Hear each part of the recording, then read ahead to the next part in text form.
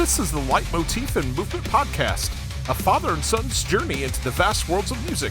I'm your host, Mike Ficklin, and joining me on this epic musical journey is my son, Michael Ficklin. This show is dedicated to the discussion of music and introducing Michael to music from the past and present. We discuss music mainly from the genres of rock, hard rock, and heavy metal.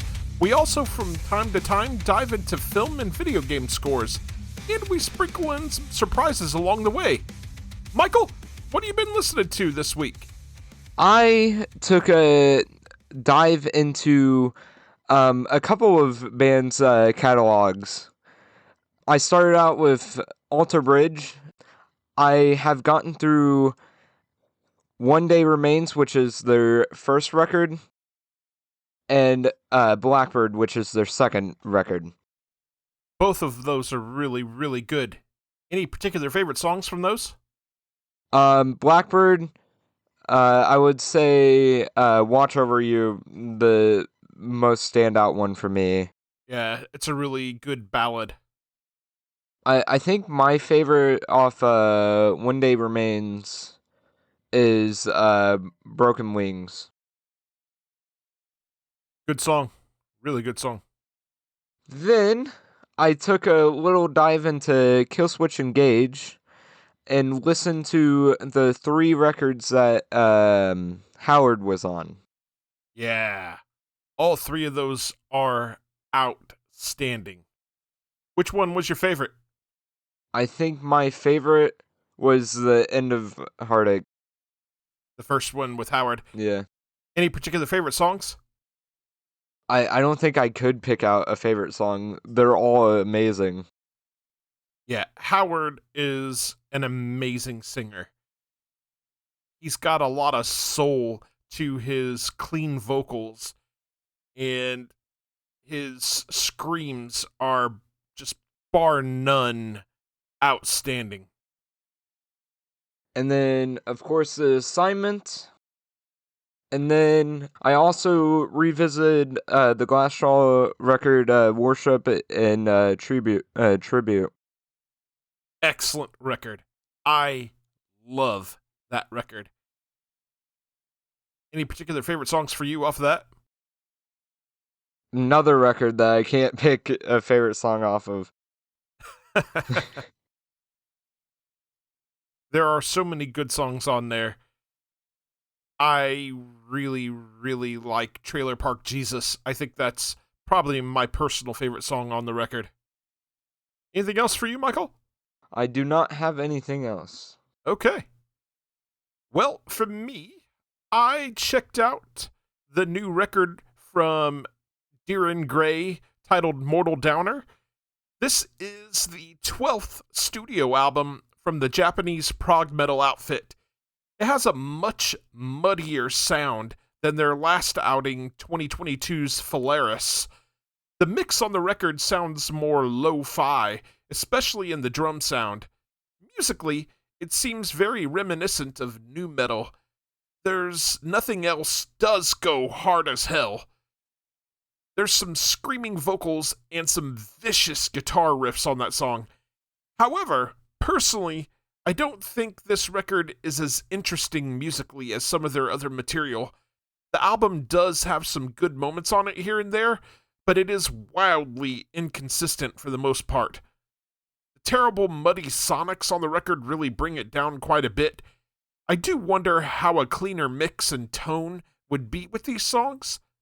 I don't find anything really worth hanging my hat on after my listens of the album.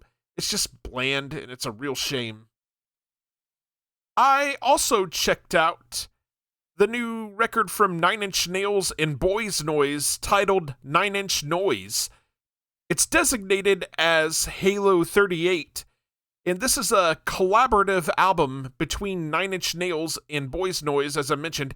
It features reworkings and re-recordings of primarily 9 Inch Nails songs. However, there is a How to Destroy Angels song on here, which was a side project of Trent Reznor and Atticus Ross, and it features Trent's wife on the album.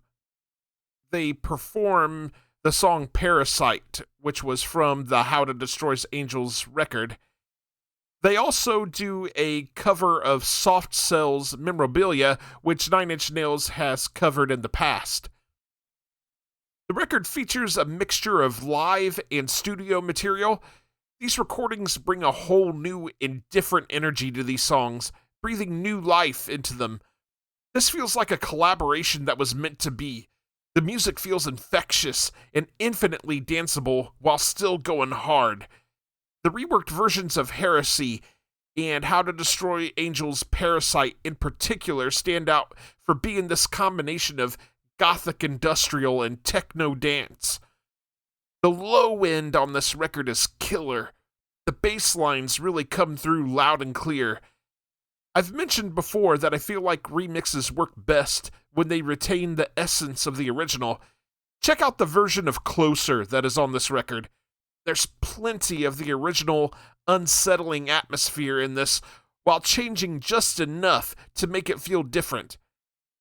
I've seen the set that Nine Inch Noise put on at Coachella 2026, and you can absolutely tell that these reimagined songs translate very well to the live setting.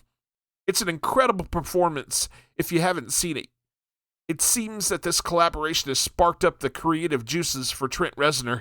I'd love to see Nine Inch Nails and Boys Noise continue this energy into a record of new material. This gets a Pick of the Week nomination from me. I also took a dive into the Black Matter Device discography.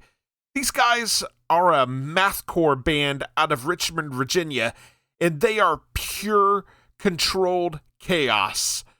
They remind me of Dillinger Escape Plan in all the best ways. It's high energy, frenetic, and unrelentingly, unapologetically heavy. I listened to all of their stuff, and it's not a huge time commitment. Their albums run an average of about 30 minutes, if that. It's all killer, no filler with this band. And the last stuff that I was digging into here, I started digging into the Black Sabbath catalog. I checked out Volume 4 and Sabbath Bloody Sabbath. I had heard a lot of the Ozzy-era stuff and all of the Dio-era stuff before, but really nothing else.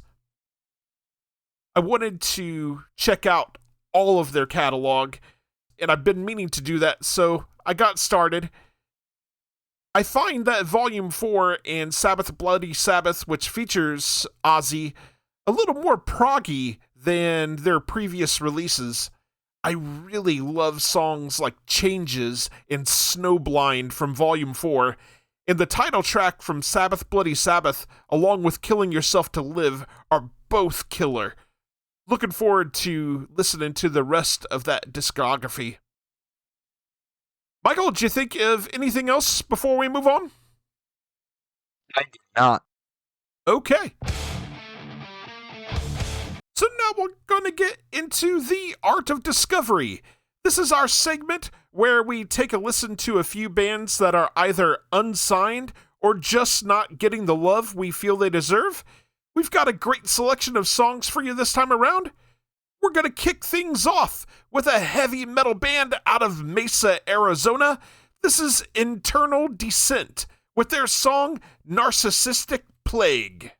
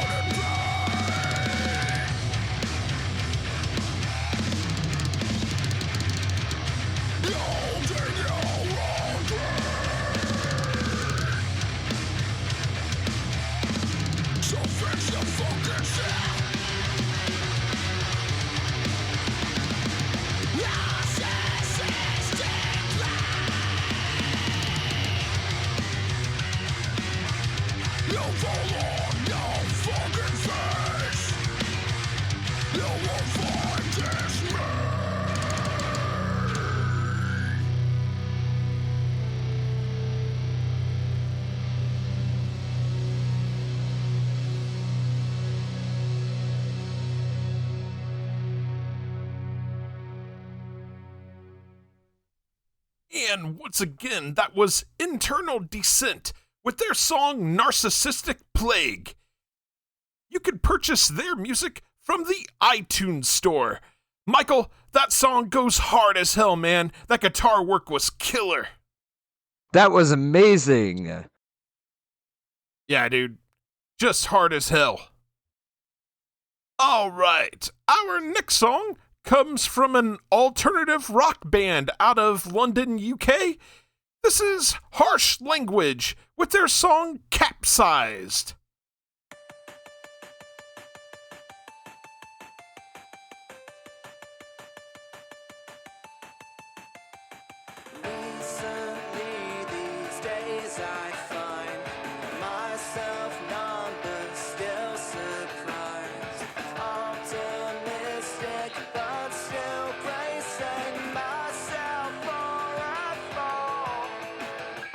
Practicing my best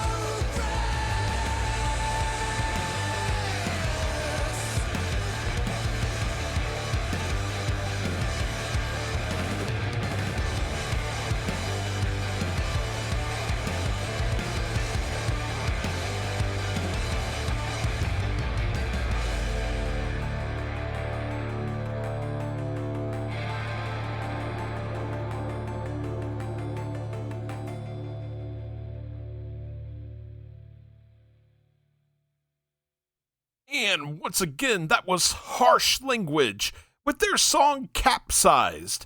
That comes from their EP titled Signal Fires.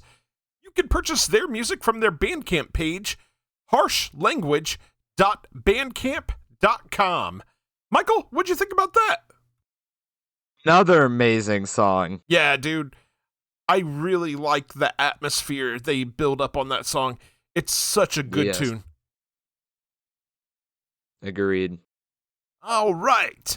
Our final song comes from a progressive metal band out of Germany that we've featured on the show before.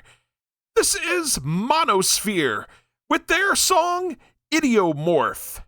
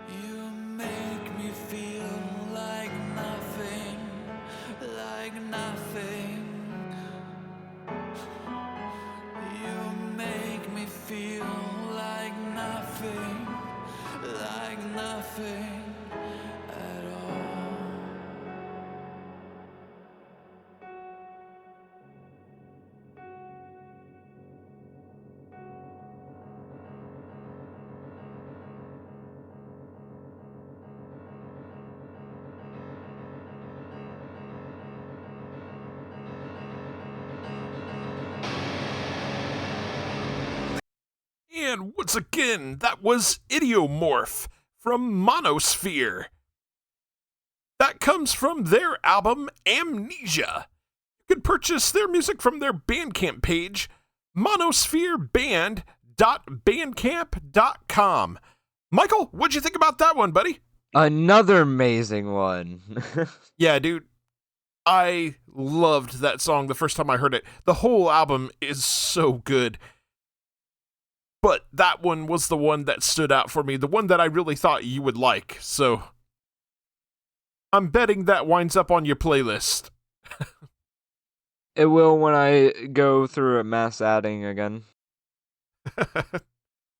All right. Well, with that said, we would like to thank all of the bands that we featured on today's Art of Discovery segment. If you would like to be featured in this segment, feel free to reach out to us at lightmovepod@gmail.com, or you can reach us on one of our various social media platforms. If we dig what we hear, we would love to play a song from you on the show. All right, Michael, now we're going to get into our main topic. This is breaking down Mastodon's 2004 release, Leviathan. Leviathan is the second album from Mastodon. It was released through Relapse Records. It is Mastodon's first concept album, and it's based on the 1851 novel Moby Dick by Herman Melville. 3 magazines awarded the album Album of the Year in 2004, Revolver, Kerrang, and Terrorizer. In 2009 and 2015, Metal Sucks named Leviathan the best metal album of the 21st century. High praise. Yes. Very high praise. Yes, sir. The album was honored with a 2004 Metal Storm Award for Best Alternative Metal Album. In 2017, Rolling Stone ranked Leviathan 46th on their list of the 100 greatest metal albums of all time. German magazine Rock Hard ranked Leviathan 9th on the list of the 15 most important progressive metal albums. Crazy. Yes.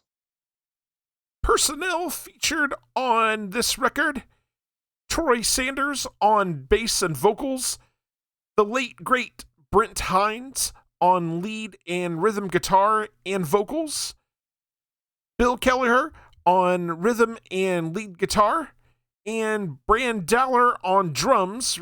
Those are the main members of Mastodon. Then we get some guest musicians. We've got Neil Fallon from Clutch providing additional vocals on Blood and Thunder, Scott Kelly from Neurosis providing additional vocals on Aqua Dementia, Phil Peterson providing cello on Aqua Dementia, and Matt Bales on organs on Joseph Merrick. And Michael, with that a little bit of background out of the way, let's go ahead and dive into our track-by-track analysis. We get things kick-started with track number 1. This is Blood and Thunder. Michael, what you got on this? It's more than kickstarted. Got the blood pumping, huh? Yeah. But I will tell you, this is at 97 million plays. There's only one other song that gets into the 10 millions. No. Here we go. Right off the bat, you're already making me mad with Spotify, man. Right off the bat. You want to know how? It gets as low as 3 million. No.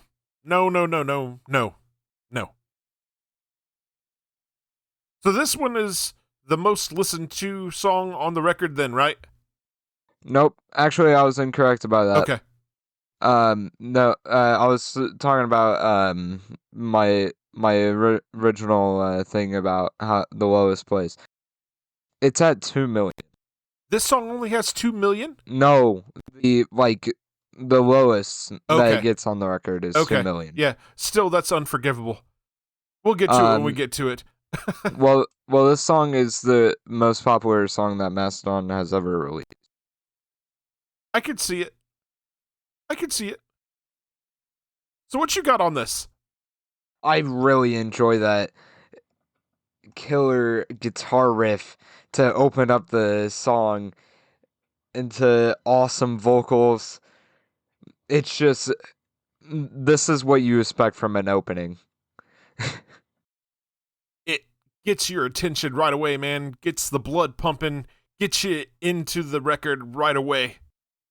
Clearly, it didn't get enough people into it on Spotify. No. Yeah, that the insane gap just jumping between one song. That's all right. We already know that I have a thing against singles listeners. Listen to the whole album. For me, there's a very raw sound to the opening guitar riff. The riff feels like it would be right at home on a Metallica album. As we get into the song proper, the intensity turns up and the guitar tone becomes heavier and more distorted. Brann Dailor's drums are killer. He plays this fast punk rhythm for the verses, but gets into something a little more proggy in the chorus. He puts in some crazy fills in the chorus. Guitarist Brent Hinds and Bill Kelliher slay on this song. I mentioned the opening main riff of the song before, but the chorus is where it's at for me. There's a psychedelic, sludgy feel to it. It's very hooky. Clutch's Neil Fallon makes a guest spot on vocals during the chorus, providing the screams. Bassist Troy Sanders takes the lead vocals, providing a very, I think, Jamie Josta-like hardcore performance. An absolutely crushing opening track. Lyrically, this song is an exploration of Captain Ahab's obsession with hunting the white whale Moby Dick. Michael, do you have anything else on Blood and Thunder? I do not. Okay. So we'll get into track number 2. This is I Am Ahab. Michael, what do you got on this? 8 million plays. No. Absolutely not. No. Let's do some math real fast. That's like an 89 million gap. Once again, Spotify listeners looking only for the singles, which really, really irritates me. Listen to the whole record, especially when it's a concept record. You gotta listen to the whole thing so you get all the proper context. Ugh. No. Anyway, what do you got on this? Another amazing song, and it leads in perfectly from Blood and Thunder. I love when bands do that perfect lead in to songs. That really perfect segue just rolls right into the next song. Anything else? Go. Okay. The opening guitar riff to this song makes me think of being on the high seas, which fits since this song is about Captain Ahab. There's some very Rush-like breakdown sections in this opening that feature some killer drum work from Dailor. Then we get into the song proper. The tempo has a quick punk fusion vibe. Dailor's drum patterns are absolutely thunderous, and never more so than around the 2-minute mark. There's a very thrashy feel to the song on the whole that just makes you want to get in the pit. Troy Sanders is again on the lead vocals, bringing his gravelly, very Josta-like vocals to this song. At just 2 minutes 45 seconds in length, this song is all killer, no filler. Lyrically, this song is continuing to dig into the psychology of Captain Ahab and his obsessive pursuit of Moby Dick. Outstanding song. Michael, do you have anything else on I Am Ahab? That amazing guitar solo in the middle of the song. Yes, sir. That's amazing. Yes, sir. An amazing way to end out the song with that ending riff, you know? Good stuff. All right, Michael. We'll move on now to track number 3. This is Sea Beast. What you got on this? 7 million plays. I think I've said enough about my disagreements with Spotify. I'm not going to say anything else. I really like this opening with that guitar, like more I don't even know how to describe that guitar riff. It's very psychedelic. Yeah. And then that breakdown into the song is amazing. The song is a bit more it's different from the first two songs. It's a definitely switch up. Yeah. Can you agree? Oh, yeah. Yeah, there's definitely a different tone and feel to this song for sure. Much different than the first two, which go really hard. Yes. Yeah, like you mentioned, this one opens up with a slower, more psychedelic feel. And as we get into the song proper, I think the guitar riff has a bit of an Alice in Chains feel to it. The tone sounds dirty, distorted, and heavy. Sanders' bass line has a bit of a haunting vibe to it. Dailor is again just killing it on the drums. There's a complexity to his drum fills that is just stellar, and he does this while maintaining a really groovy pocket. It's Brent Hinds taking the lead vocals on this. His vocals have a higher pitch to them, and they kind of remind me a bit of Ozzy Osbourne. Sanders does share in the vocal duties in a couple of sections. In Sanders' sections, the song shifts and becomes very Sabbath-like. I love the closing 45 seconds or so of this song. There's a killer head-banging groove to it. Michael, do you have anything else on Sea Beast? I do not. Okay. So we'll move right along then to track number 4. This is Island. Michael, what you got on this? 4 million plays. Okay. Okay. This is another heavy song.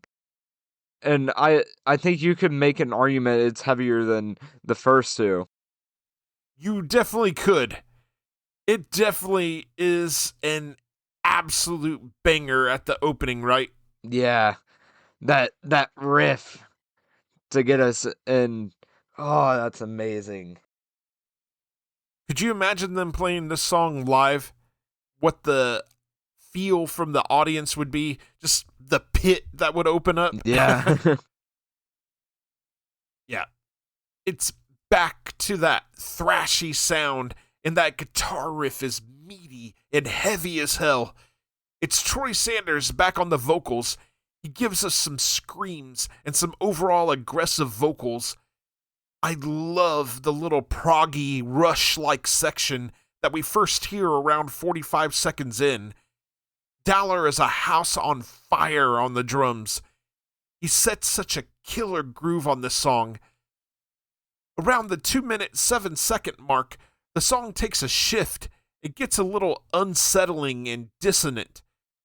As we come into the song close, we get back to a thrashy, very heavy sounding section. Brent Hinds and Bill Kelliher's guitar work on this song is face-melting. Interestingly, Hinds and Kelliher are not playing the same thing. They're playing these interlocking guitar parts that come together to create this amazing wall of sound. Awesome stuff. Michael, do you have anything else on Island? I do not. Okay. So we'll move along now to track number 5. This is Iron Tusk. Michael, what you got on this? We went from the to the low from the lows to the second highest, which is at 11 million. Only 11 million? Mm-hmm. For the second highest? Man, off. No. I know you agree with it. No. You What do agree you with got? it a lot. Another heavy song with that riff. You know what you're getting yourself into with that riff, you know? Yes, sir. Just heavy, heavy, heavy riff. I kind of getting the vibe from you that you were a bit bored with this record. You don't seem to have much fire for it, sir.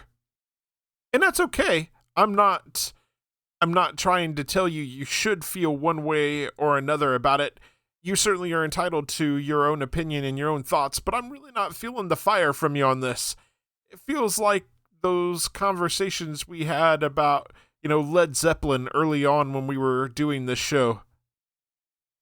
Does it just not resonate with you? I just found it hard to pick apart. You found it hard to pick apart?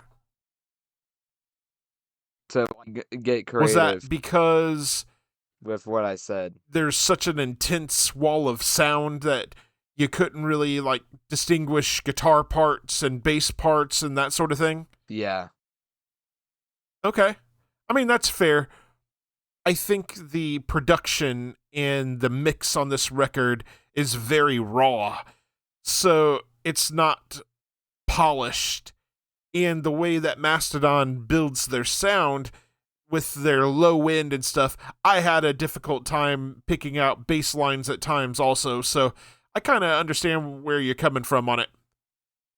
But kind of shifting back to my comment about you not feeling the fire about it, I guess we'll get into it a little more when we get to your final thoughts.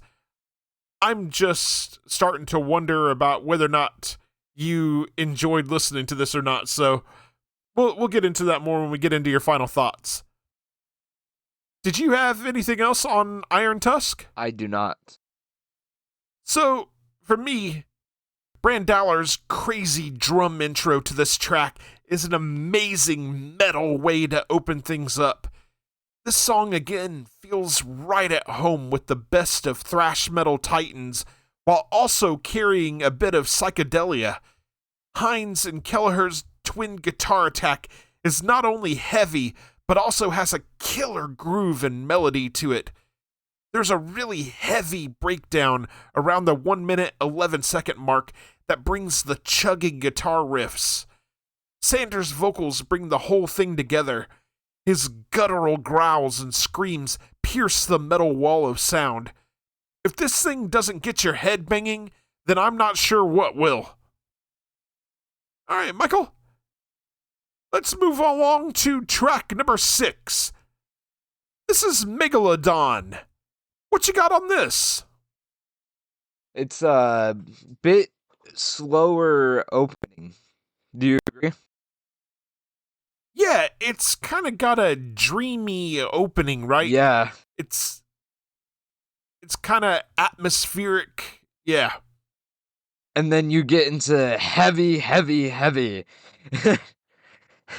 That it's just amazing. The switch up that you get throughout the song, you know? And the bounce back and forth. Yeah, I agree. There's quite a few transitions on this. It's really unique and stands out on the record. Now, Spotify I agree. is saying 7 million plays. We already know how I feel about Spotify. I've reeled on them enough on this episode. Yeah, like you mentioned, the opening to this one feels really dreamy. And then it gives way to a very Sabbathy sounding riff. This then gives way to a very thrashy, hardcore sounding song. The riff reminds me a bit of something Shadows Fall might have done. Around the 1 minute 20 second mark, the song takes an interesting turn. The guitar riff in that transition sounds very bluegrass inspired. My guess is that Brent Hinds had a lot to do with it.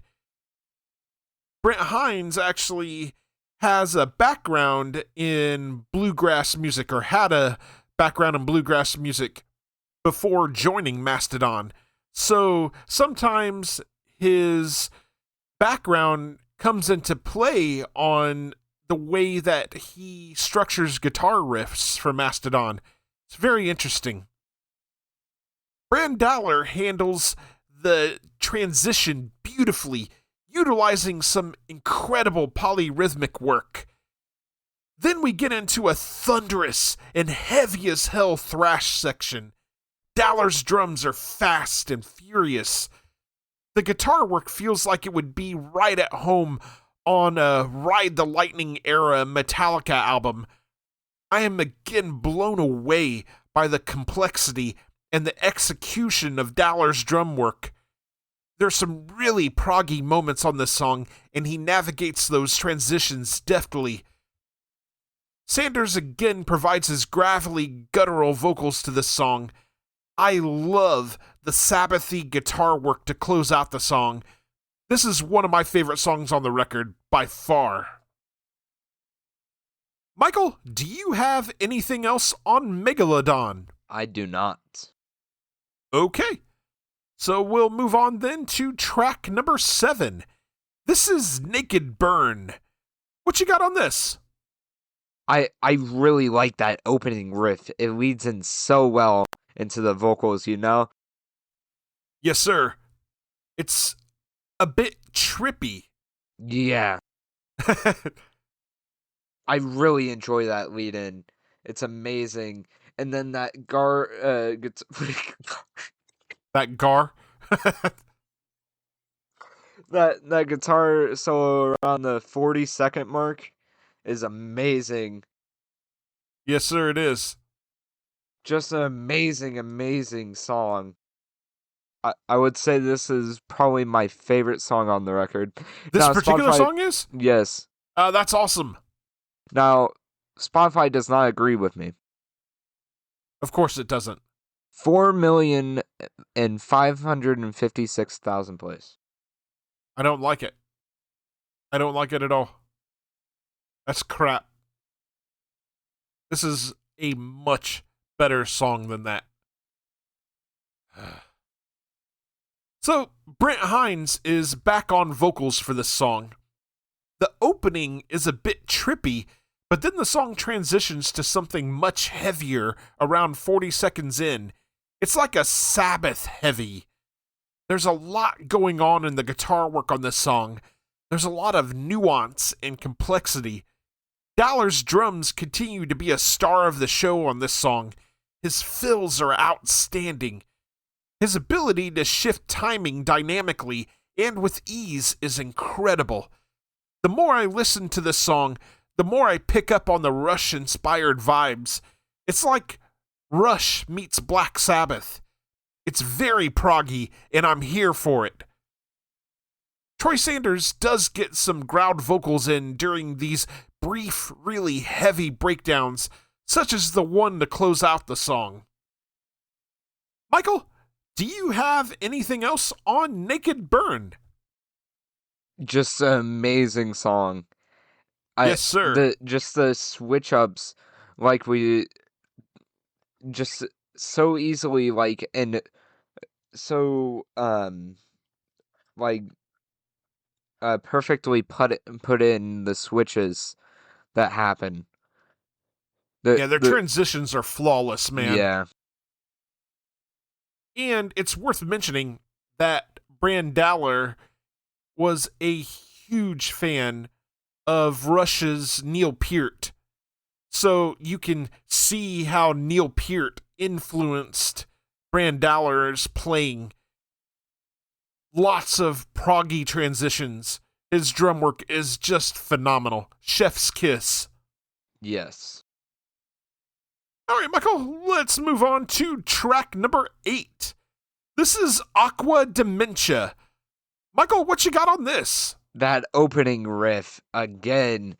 They don't fail with the opening riffs. No, sir, they bring it every time. Just amazing opening riff, and just the I can't speak enough on the riffs. Plus the vocals just fit so well. Yeah, it's just amazing. Let me just say that I love the guitar work that opens this song. It's like Brent Hinds brought in a bluegrass riff and translated it to something heavier and distorted. As we get into the song proper, we get more of an up-tempo thrash song. We get a very hardcore punk screaming vocal style guest spot from then Neurosis frontman Scott Kelly alongside Troy Sanders on this one. I love the transitions in this song. They're swift and sudden, but they work so well. It's like going from smooth sailing on a ship and then hitting rough, choppy waters. It's an incredible aural experience. The slower, heavy chugging section of the song that starts around the 2-minute 46-second mark is so satisfying. It makes me toe tap and bang my head every time. The song closes with the sounds of wind gusts and the crashing of waves. Michael, do you have anything else on Aqua Dementia? The perfect lead in to Yes, the next sir. song. Yes, sir. This song rolls right into track number 9, titled Hearts Alive. Michael, what do you got on this? 3,718,000 plays. No. So, this song is an absolute epic. That number of listens is totally unforgivable. No. And I can probably give you your exact reason why it's so low. Yeah, it's because it's a long song. Long intro. Just off. Listen to the whole album. Listen to it in its entirety. It's telling a story. Hearts Alive in particular is wrapping up that story. Because we do not get the first vocals until like the close to the 3-minute mark. That's probably why it deterred so many people. Meh. Because people like their immediate action. They want instant satisfaction, instant gratification. And sometimes with music, with art in general, you can't rush it. You gotta let it play out. Just, no. No. Anywho, what do you got on this, Michael? I like the riff that we get into about the 2-minute mark. After we get the atmospheric, I don't really know how to describe, but I really like that lead in to get to that riff with the drums leading just perfectly in, and then the adding on to the vocals, the adding of the vocals just make it amazing. Now, of course, we figured it out why people don't listen to the song. As we figured I it don't like out. it, sir. I don't like it at all. So, yeah, as we mentioned, the sound of the crashing waves transitions right into the beginning of this, the longest and most epic track on the record. The music during the opening of the song has a bit of a trippy, psychedelic vibe to it, which I think is what you were trying to describe, Michael. Around the 2-minute 3-second mark, the music shifts into something much heavier. This section gets my head banging and my feet tapping every time. There are plenty of proggy, rush-like transitions in this song. The guitar riff around the 3-minute 43-second mark actually reminds me of something that Michael Ackerfeld might put together for Opeth. Vocal duties on the song are shared by both Hinds and Sanders. The clean vocals in particular have a vaguely haunting, psychedelic feel to them. Dailor brings some of his finest drum work on the record to this song. I love his drum work on the transition at the halfway point of the song. In fact, that transition is one of the best on the record, period. The instrumental work post-transition is phenomenal. It's hard to describe, but the mixture of the clean guitar tones and the heavy, distorted bass creates a sort of magical atmosphere. There's another transition around the 10-minute 2-second mark that takes us into a section that kind of reminds me a bit of a Queen song. It's got that sort of stadium rock feel.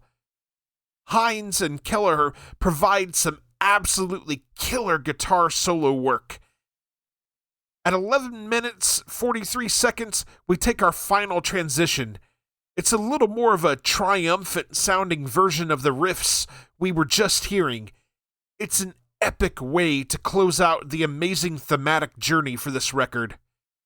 Just a awesome song. Dad's cussing again. Michael, do you have anything else on Hearts Alive? I do not. Okay. So now we'll get into our final track on the record. This is track number 10. This is Joseph Merrick. Michael, what you got on this? Welcome to the least listened to track on the record. Of course it is. Of course it is. 2,356,000. And I'm guessing that that's spurred by a couple different reasons. Number one, people are not album listeners, and number two, this is an instrumental track. Yeah. There's no vocals, so people just said off. On Spotify, it literally says instrumental, so. That's annoying. What you got on this, man? I mean, I enjoy the riffs and all that throughout the song. It's an instrumental. I'm not the biggest fan of instrumentals. I like having some vocals, but I will say it's better than an inside of a record. Boy, don't give it too much credit now. That's not a very high bar to clear. So, this instrumental track is the second part of the so-called Merrick trilogy, which began with the song Elephant Man from Mastodon's first record, Remission. Joseph Merrick was a real Englishman who lived in the 19th century. He had an ailment that caused him to have some tragic disfigurement. He was treated very poorly, even at one point as a circus attraction. Mastodon drummer Brann Dailor has a bit of a fascination with Merrick's story, seeing him as a figure who has represented pure resilience in the face of tragedy. Musically, the electric guitar tone has a warbling flange effect to it. It's meant to sound like it's being played underwater. This is combined with the sounds of an acoustic guitar. The song even has a bit of organs being played that give it an additional emotional resonance and adds ambiance. It's a very different sounding song than anything else on the record. It's like the quiet, emotional music played over the closing credits of a film. Michael, does it change your opinion of it, knowing that this is titled after a real person that lived in the 19th century? I think that's pretty cool. It is pretty cool. There's a fantastic film about Joseph Merrick called The Elephant Man. We'll have to sit down and watch it together sometime. I think you'll like it. Okay. Michael, do you have anything else on Joseph Merrick? I do not. Okay. So now we will get into our final thoughts and our overall album ratings. Michael, go ahead and give us your final thoughts and your rating out of 5. I think this record is pretty amazing. I do say it deserves all the treatment it gets and high praise. I enjoyed every song on the record. I may have not sounded like I really enjoyed it, but I did. And that's why I'm going to give it a 5. Wow.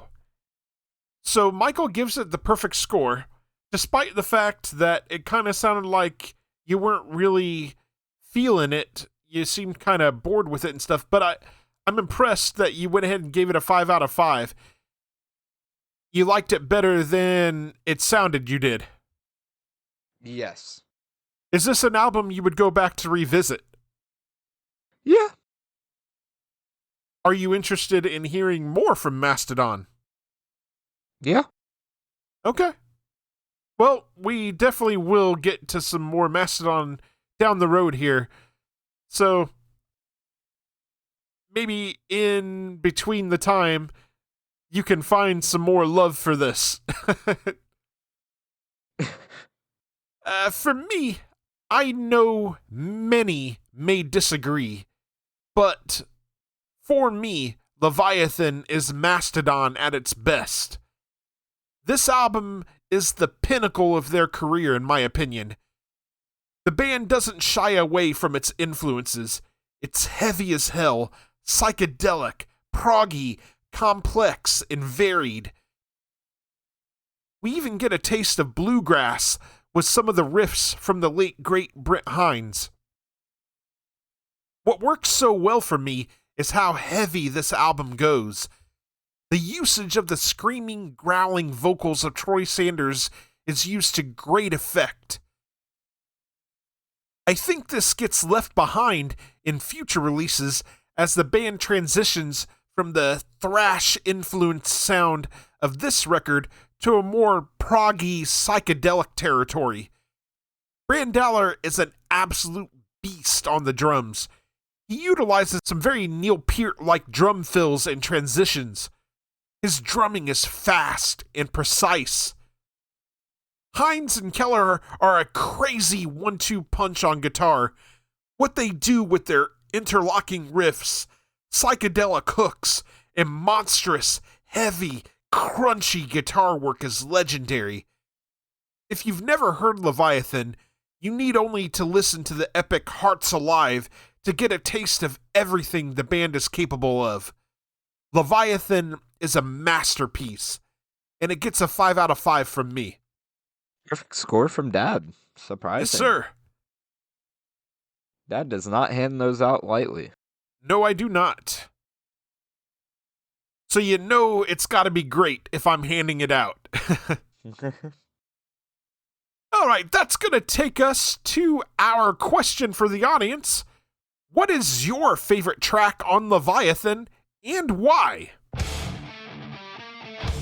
All right, now we're going to get into our next segment. This is Can't Wait. New music coming soon. Michael, is there anything on your list of albums coming soon that you're looking forward to Just over give the next me, couple of weeks? Just send me forward to May 1st, you know? Well, I think you're skipping out on one that comes out next week. I'm in. I'll still get it. Yep, for me, over the next couple of weeks, there's quite a bit of music that I'm looking forward to digging into. On April 24th, Atreyu drops their new record, The End Is Not the End. Einar Solberg releases his new record, Vox Occulta, and for those that don't know, Einar is the lead singer for Leprous. Foo Fighters drops their new record, Your Favorite Toy, and that's the one I was referring to, Michael. Sepultura drops their new EP, The Cloud of Unknowing, which also is going to be their final recording ever. The band is calling it quits. How much music did they make, and how long have they been around? They've been around for a long while. I think you'll dig them. Thrash metal, good stuff. Also on April 24th, the Amity Affliction releases their new record, House of Cards. And then on May 1st, as Michael alluded to, Seven Dust drops their new record, One. Recently announced, on June 5th, Evanescence drops their new record, Sanctuary. On June 12th, Fires in the Distance drops their new record, Circadian Promise. And on July 10th, Devil Driver drops their new record, Strike and Kill. Michael, anything else from you before we move on? Nope. Okay. So now we'll get into some listener feedback. We did get one piece of listener feedback that I wanted to share with you, Michael, that I thought you would enjoy. This piece of feedback comes from Ron on Spotify. This is regarding episode 44, where we covered U2's The Joshua Tree. He says, my favorite U2 album. Running to Stand Still is my favorite track off the album.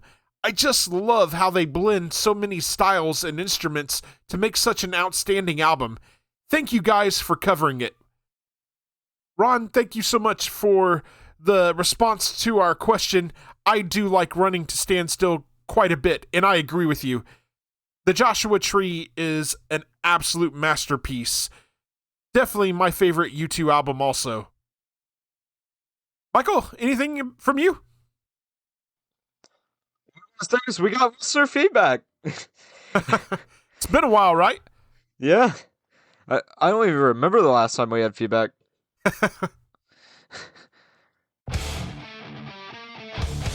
All right. Now we will move on to our final segment. This is Michael's journey, discovering a song from the past. And this time, we're going to get Michael's thoughts on Tesla's Love Song. Love Song is a power ballad written by Frank Hannon and Jeff Keith of the rock band Tesla, and was originally released on their 1989 album, The Great Radio Controversy. The song reached number 10 on the Billboard Hot 100. It also became a gold record. Frank Hannon has stated, and I quote, I was literally just watching TV, kind of depressed, because I had just got into a big fight with my girlfriend at the time. I wasn't trying to write it. It was just kind of writing itself. It was just my emotions coming out, end quote.